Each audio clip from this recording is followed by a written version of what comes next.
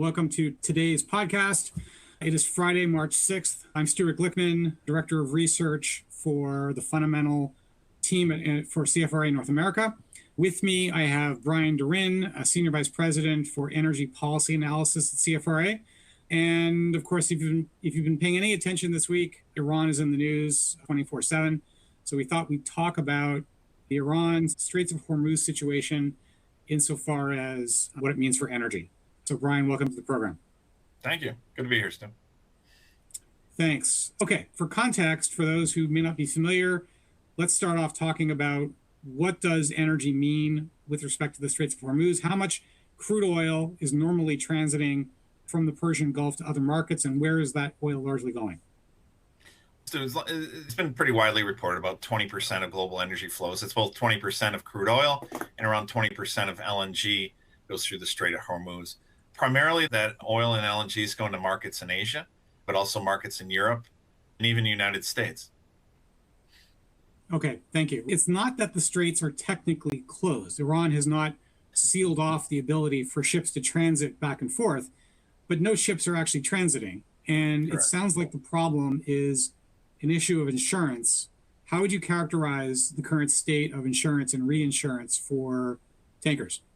An issue of insurance because of a threat by the IRGC that they would light any boat on fire, quote unquote. I think that's credible enough to say that it operationally keeps the strait closed.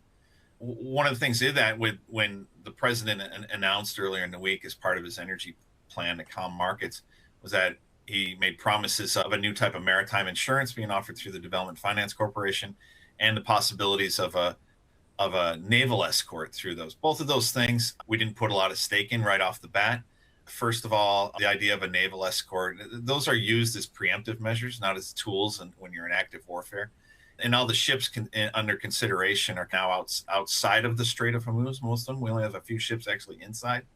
And they're conducting offensive operations. So it's not really set up to provide naval escorts for the myriad of ships. And it's not just LNG and oil tankers going through there. You have a lot of container ships going through there as well, beefing up those numbers from 50 to 80 a day to over 100, 120 ships going through that strait a day, all year. Do you want to get into talking about the DFC offering and all that? I just want to get a sense if you think that's even feasible if you wanted to go that route. I would say technically feasible, but not going to be put in operation right away. And I say the reason I say it's technically feasible, and understand my experience with the DFC goes back to when the first Trump administration named it the DFC. I was still working in State Department of Energy. And to go back to my time doing trade and commercial work in Asia in the 90s when I worked with the predecessor organization, OPIC. So their insurance offerings are political risk, war risk insurance, and reinsurance are meant to back up trade flows and project risk of different projects that they're investing in as part of our foreign policy mechanism overseas. Development of a rail line in sub-Saharan Africa to take critical minerals to the coast, things like that. So the insurance hasn't necessarily been set up to offer full maritime insurance versus just trade insurance. And once you start getting into full maritime insurance, which it would include hull, the ship itself, and the traded goods, we're getting into figures and considering all the ship numbers that I mentioned before that are way beyond the maximum contingent liability of the DFC, which was now just recently raised in December to $205 billion. Right. So if you put it in context, your typical very large crude carrier has probably got a hull value of what, $250, $300 million. The cargo, 2 million barrels of oil at today, it's at WTI is at $90 a barrel. So tack on another $180 million for that cargo. One ship alone, hull and cargo, is worth $430 million times as many vessels as there are. There's something like 750 or 800 of them in the world, and a lot of them transit the Persian Gulf.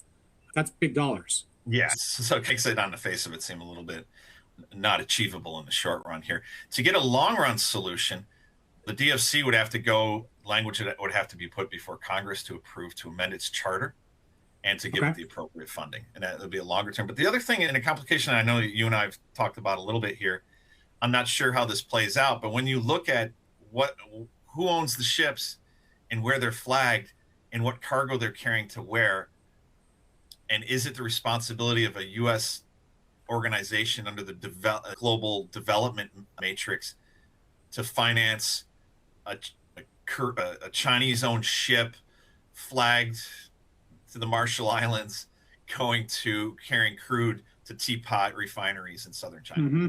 That's a political question beyond something that I think is being contemplated right now, is something they're trying to answer. Yep.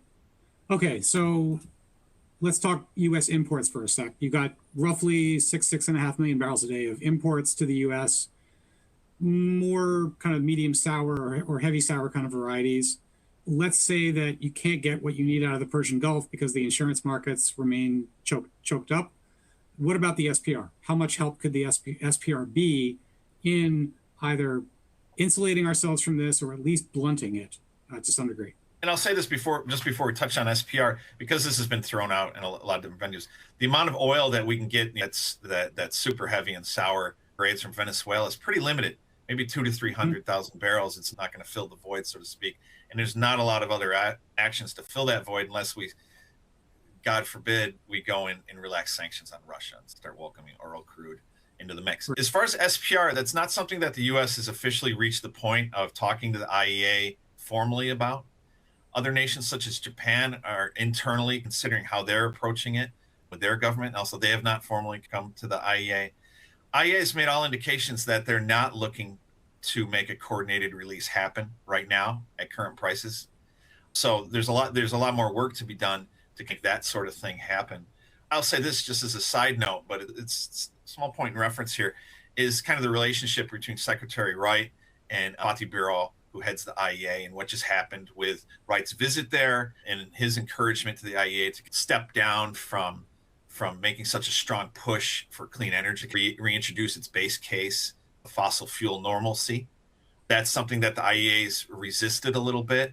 And I would say that would go into the thought process of how the organization would want to talk about coordinated releases of SPRs. And do you think it's just a function of we haven't seen a big enough number on oil prices to have everybody understand this is a real crisis? Like they're just holding off until it gets to that point? Yeah, and I would say particularly in Europe, in IEAs in Paris, I think the same folks are doubtful that the Trump administration take this action in Iran and have these strikes. We were not. We were in the minority of thinking that this was going to happen and that it would happen in early March. Are the same ones now saying that it's just going to end? It can't possibly last. And however logical those thought processes are, it's not likely the full reality of what's going on. So it may last a little bit longer. So the longer it lasts, goes into that thought process. And then as far as absolute price per barrel, as you and I discussed before, something 3 digits and something a little bit beyond that. If you pull my arm behind my back and make me cry uncle, I'd say like 120 or something like that. But it's got to be substantially higher than it is right now. Okay. Thank you very much for your time today. Folks listening on the call, if you want to get additional intelligence on energy markets or any of the other 10 sectors that we also cover, please visit us at www.cfraresearch.com. Thank you.